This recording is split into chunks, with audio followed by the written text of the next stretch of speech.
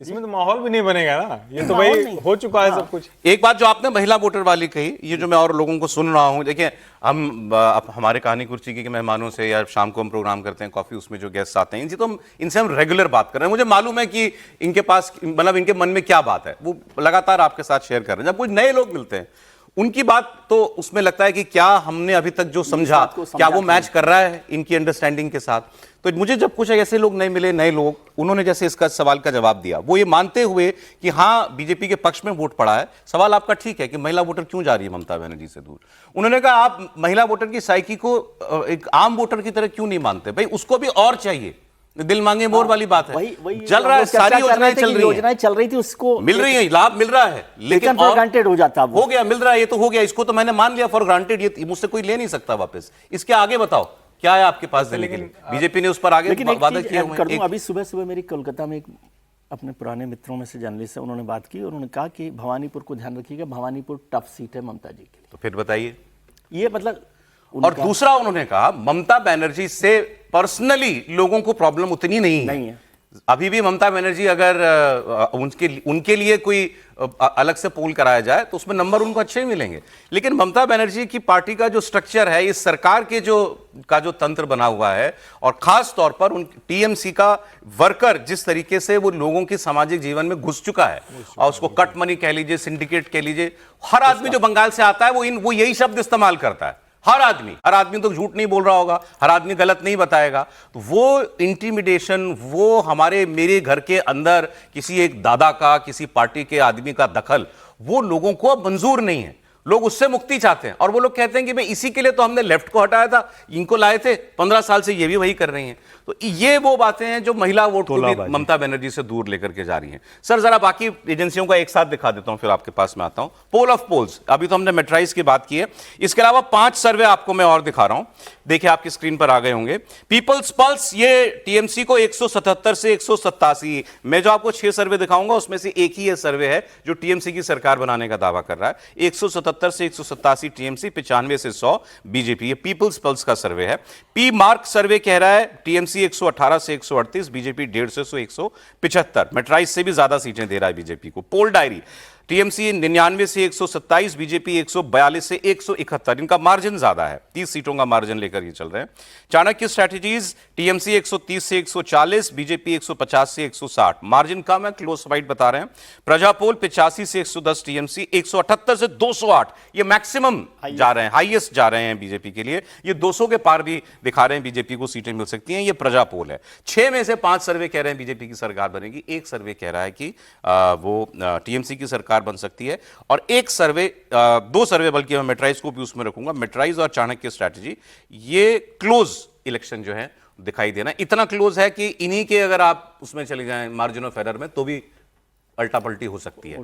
तो sir average जो है आपका एवरेज को बहुत बराबर पहुंचाता है, हालांकि एवरेज का कोई मतलब नहीं होता सर, मतलब एक एवरेज यदि, हाँ मतलब एवरेज तो बहुत क्लोज दिखा रहा है मामला। सर देखिए जितने भी ये एग्जिट पोल्स होते हैं वो आपको मोटा मोटी डायरेक्शन ही दे देते हैं, डायरेक्शन तो बता देते हैं करीब करीब। और ये बात सही है कि 3% से लेकर के 6% तक एरर भी होता है, फेल भी किए हैं लोकसभा चुनाव के समय, हम सभी देखें। और विजय जी तो हमेशा याद दिलाने से भूलते नहीं है कि 400 पार जो है, 400 पार 240 पर कैसे आकर के टिक गया था, वो सब बातें हैं।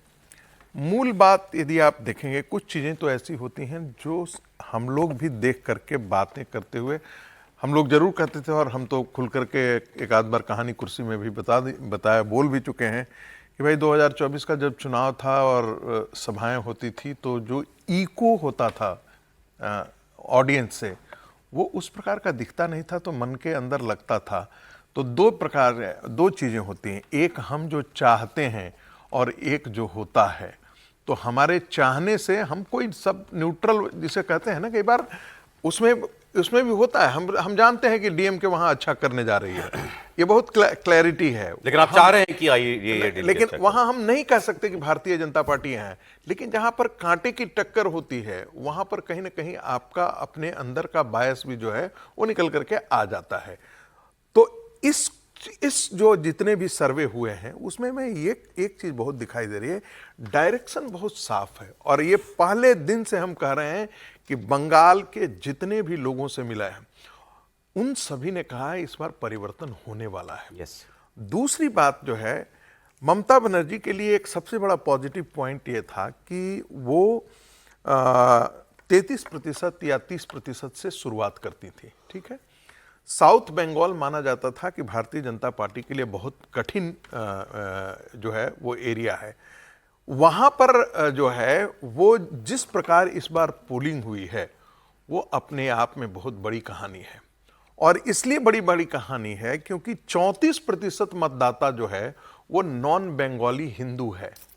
समझ रहे हैं?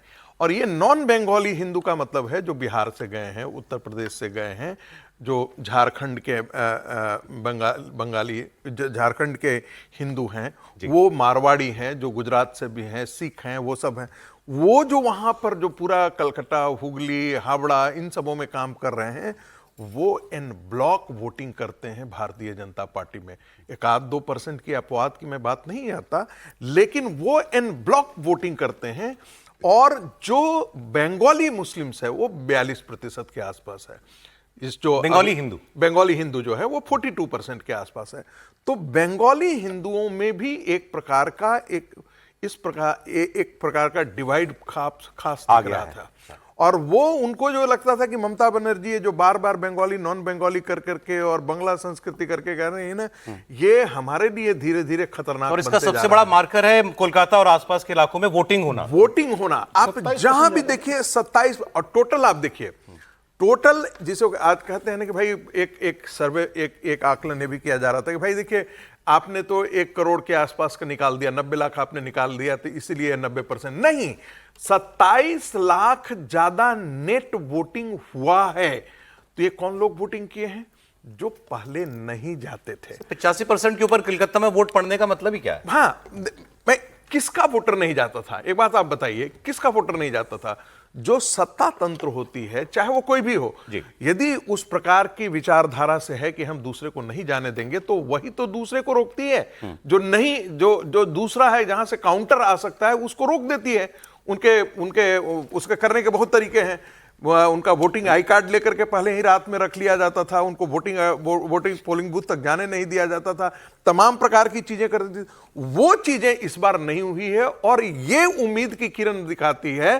हम चाहते भी हैं कि ममता से छुटकारा हो और मुझे लगता है कि ममता से छुटकारा इसी सर्वे में, मेट्राइज के सर्वे में, जिसको साउथ बंगाल इन्होंने बताया, मैं आपको जिले बता देता हूं सीधा सीधा। मुर्शिदाबाद, नॉर्थ 24 परगना, साउथ 24 परगना, कोलकाता, हावड़ा, हुगली, पूर्वी मेदिनीपुर, ये यहां बीजेपी ये सारे जिले मिला के 18 सीट थी मात्र। तो ये 152 4 जिलों में 0 थी। इसमें इन्होंने 3 जिले ऐड कर दिए हैं, जो नॉर्मल सेंस में जो साउथ बंगाल माना जाता है, उसमें इन्होंने नादिया भी इसके अंदर ही था। तो इसमें इन्होंने झारग्राम ऐड कर दिया है, पश्चिमी मेदिनीपुर ऐड कर दिया है, और इसके अलावा पश्चिमी मेदिनीपुर और झारग्राम, इनको इसके अंदर इन्होंने ऐड कर दिया। मुर्शिदाबाद इसके अंदर डाल दिया। ये 3 जिले इसमें इन्होंने डाल दिया। नादिया है बीजेपी का। तो मतलब जहां पर मान लीजिए इनके हिसाब से भी 25 सीट होगी बीजेपी की, वो बढ़ के हो गई है 80 से 90। तभी आंकड़ा आपको जो है 150 के पार इस सर्वे में जाता हुआ दिखाई दे रहा है। अगर ये है, और कोलकाता में, हावड़ा में, हुगली में, अगर इन नॉर्थ 24 परगना में भी, साउथ में तो शायद अभी भी नहीं मिलेगा बहुत वोट, लेकिन अगर इन 4 जिलों में बीजेपी का वोट बढ़ रहा है, तो इसका मतलब पूरे बंगाल के अंदर एक जनरल सेंस ऑफ परिवर्तन है। तभी ये काम हो सकता है, वरना नहीं हो सकता। समीर जी, निश्चित रूप से। और मुझे लगता है कि दूसरे फेज का जो वोटिंग हुआ था कल 142 सीटों पर 7 जिलों में, उसमें से 4 जिले तो ऐसे थे जहां भारतीय जनता पार्टी का 2021 में खाता नहीं खुला था।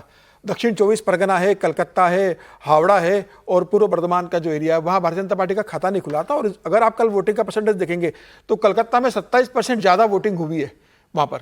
और यह कहा जा रहा है, मतलब मैं कल के कुछ संघ के प्रचारकों से कलकत्ता में बात कर रहा था, जिन लोगों ने लगातार जमीनी स्तर पर वहां काम किया, उनका आकलन यह था कि इस बार 2026 के चुनाव में जो दूसरे चरण की वोटिंग हुई है, जहां भारतीय जनता पार्टी कमजोर मानी जाती है, वहां 4 गुना सीटें ज्यादा भारतीय जनता पार्टी इस बार जीत रही है। और संघ ने और भारतीय जनता पार्टी के कार्यकर्ताओं ने यह तय कर लिया था कि जो सबसे कमजोर लिंक है उसको सबसे मजबूत लिंक पहले बनाना है। जहां हम जीत रहे हैं वहां हमें बहुत ज़्यादा मेहनत करने की जरूरत नहीं है, जहां हमारा बिल्कुल भी होल्ड नहीं है, जहां हम 2021 में बहुत बुरी तरीके से आ रहे हैं, तो इन 4 जिलों को भारतीय जनता पार्टी ने टारगेट के रूप में लिया था कि यहां हमें बेहतर प्रदर्शन करना है। ओपी मैट्रिक्स का जो सर्वे बता रहा है और बाकी तमाम एजेंसी को जो सर्वे बता रहे हैं और जिस तरीके से यहाँ वोटिंग हुई है, मुझे लग रहा है कि जो कल सेकंड फेज था जिसे भारतीय जनता पार्टी का कमजोर पक्ष माना जा रहा था, ममता बनर्जी का स्ट्रांग पक्ष, क्योंकि ममता बनर्जी ने 2021 में वहां 123 सीटें जीती थे। इस बार भारतीय जनता पार्टी 72 सीटें सेकंड फेज में जीतने की स्टेज पे पहुंच गई है। 72 सीटें संघ का आकलन तो है। आपके हिसाब से ये बीजेपी को 170 से ज्यादा सीटें जीतनी बिल्कुल, और इस हिसाब से भारतीय जनता पार्टी 170 175 के करीब पहुंचती हुई उनको नजर आ रही है। अगर मान ले कि 72 से ये संघ का एस्टिमेट है, मतलब वो जो आपको बताया उन्होंने। बिल्कुल संघ का एस्टिमेट है कि 72 सीटें हम जीत रहे हैं सेकंड फेज के अंदर, और कलकत्ता, हावड़ा और यहाँ बहुत बेहतर प्रदर्शन भारतीय जनता पार्टी करने जा रही है। एक लाइन में जोड़ दूं, पोल ऑफ पोल्स दे दीजिए स्क्रीन पे। हाँ एक लाइन जोड़ दूं। प्रोफेसर साहब ने जो बात कही कि भाई जो नॉन बंगालीज हिंदू हैं उनका 90% वोट भारतीय जनता पार्टी को मिला है, ये बहुत सही बात है कि ऐसा होगा। तो इसका मतलब फिर ममता जी का ये आरोप ठीक ही था ना कि ये गैर बंगाली पार्टी है। एक तो ये, दूसरी बात कदम कर रहे हैं सर। अरे जब सारा 90% वोट नॉन बंगाली आपको दे रहा वो पहले भी देता था। हाँ, तो वो उसकी इमेज। दूसरी बात हमको उनको याद करना चाहिए, भले इसका इस चुनाव से फर्क पड़ रहा है कि नहीं पड़ रहा, वो 27 लाख वोटों पर इलेक्शन कमीशन को और सुप्रीम कोर्ट को जवाब देना चाहिए जिनको लॉजिकल डिस्क्रिपेंसी की वजह से रोक दिया गया। उसमें मान लीजिए 27,000 वोट भी सही है, तो 27,000 वोटों का वोट नहीं देने का अपराध तो किसी ने किया ही है। अब किसी ने मत कहिए, सुप्रीम कोर्ट ने तक कही है सारी बात। सौरभ जी एक उत्तर इनका, एक मिनट, ये कह रहे हैं कि कोई हावड़ा में जगह है पंचला, वो कह रहे हैं वहां हम भी वोट करने गए थे और पहली बार हमें भाजपा का झंडा इस तरह से दिखा। ये कल की वोटिंग ये हावड़ा से ही है जो है, ठीक है। और जब हम ये कहते हैं कि कोई पार्टी गैर बंगाली इसलिए हो गई, अब ममता जी कहें तो ठीक है, विजय जी भी ऐसी बात करेंगे। नहीं, मतलब 100% किसी वोट राज्य दे रहा है, में इसका नहीं, मतलब अरे ये हुआ ना। तो तब फिर जब मोदी जी उनका कहते connect हैं क्या कि हुआ? मुस्लिम पार्टी है, तो तब तो आप नाराज जाते हैं, कैसे ऐसे क्यों मुस्लिम को एक ब्रैकेट में मारना है? 90% वोट मुसलमानों ने सर, दिया। लेकिन आपके ही तर्क पे मैं कह रहा हूं, आपके इसी कहानी कुर्सी की में आप कहते हैं क्या ये ठीक है कि मुस्लिम उसको वोट करता, मुस्लिम का मन है, तो आप उसको मैं कैसे कह सकते हैं? मन पे क्या मना कर रहा हूँ? नहीं, आप मैं गलत तरीके से तर्क को ले रहे हैं सर, मैं मन कह पे रहा हूं मैंने कि ये ये थोड़ी मना कहना- किया कि गैर बंगाली ना दें, मैं तो पहचान, ठीक है सर, जब आप कभी-कभी मुस्लिम वोट भी पार्टी लड़ना कहते हैं तो वो ठीक है 95% वोट दे रहा है, इसमें मन कहाँ है? बस अब यही मैं तो मूल बात। दूसरी बात कर रहा हूँ, आप उससे ज्यादा खतरनाक बात मैं कह रहा हूँ कि जब आप मुस्लिम 95% वोट आपका देते हैं तो मन उसे कहाँ है? कम्युनल वोट कहते हैं, आपका और मन हिंदू कहाँ है? 90% वोट दे तो उसे एकजुट वोट कहते हैं। इस डेफिनेशन से मैं ऐतराज करता हूँ। नहीं, लेकिन एकजुट नहीं, नहीं हो नहीं, पाया ना नहीं, 90%। नहीं, सर, एक मिनट सर, इसको नहीं, और विस्तार विजय- देता हूं। विजय जी, भाजपा 3 से 77 गई, गैर बंगाली वोट जो दूसरे वोट हैं वो मिले, अब उसको अगर बंगाली वोट भी मिलेंगे तभी वो सत्ता में आएगी, बिना बांग्ला भाषियों के, बिना बंगाली बिल्कुल लोगों के ठीक। वोट आ ही नहीं सकती। वो तो नहीं आ सकती। असली बात ये है। मैं तो हमेशा कहता हूं और खुले कहता हूं, कोई अरे मुझे ऐतराज वाली बात थोड़ी मुझे कर रहा हूं मैं। लिहाज नहीं है इसको कहने में कि पॉलिटिकल इस्लाम और पॉलिटिकल क्रिश्चियनिटी से लड़ने के लिए पॉलिटिकल हिंदुत्व बनना आवश्यक है ठीक है इस सर। देश में। ठीक, अब मैं ये वाली अपनी बहस राय मुझे नहीं मालूम है रख बहुत रहा। लंबी जाती मैं है। अपनी राय ब्रेक नहीं ले रख रहा हूं रहा। इसी नाइट थोड़ा नोट पर। इन लोगों की ब्रेक के बहस बाद, है, हाँ, इसको ब्रेक के करा बाद दीजिए। अब ये पोल ऑफ पोल्स पर आपकी राय, ये आपको 150 160 वाला अभी ठीक लग रहा है ये बात, या 170 75 के पार वाली भाजपा के लिए लग रही है, या मतलब क्योंकि जो वो एक सर्वे है जो टीएमसी की सरकार बना रहा है, चारों में से उस राय का तो कोई नहीं है, इतना मैं जानता हूं। टेंशन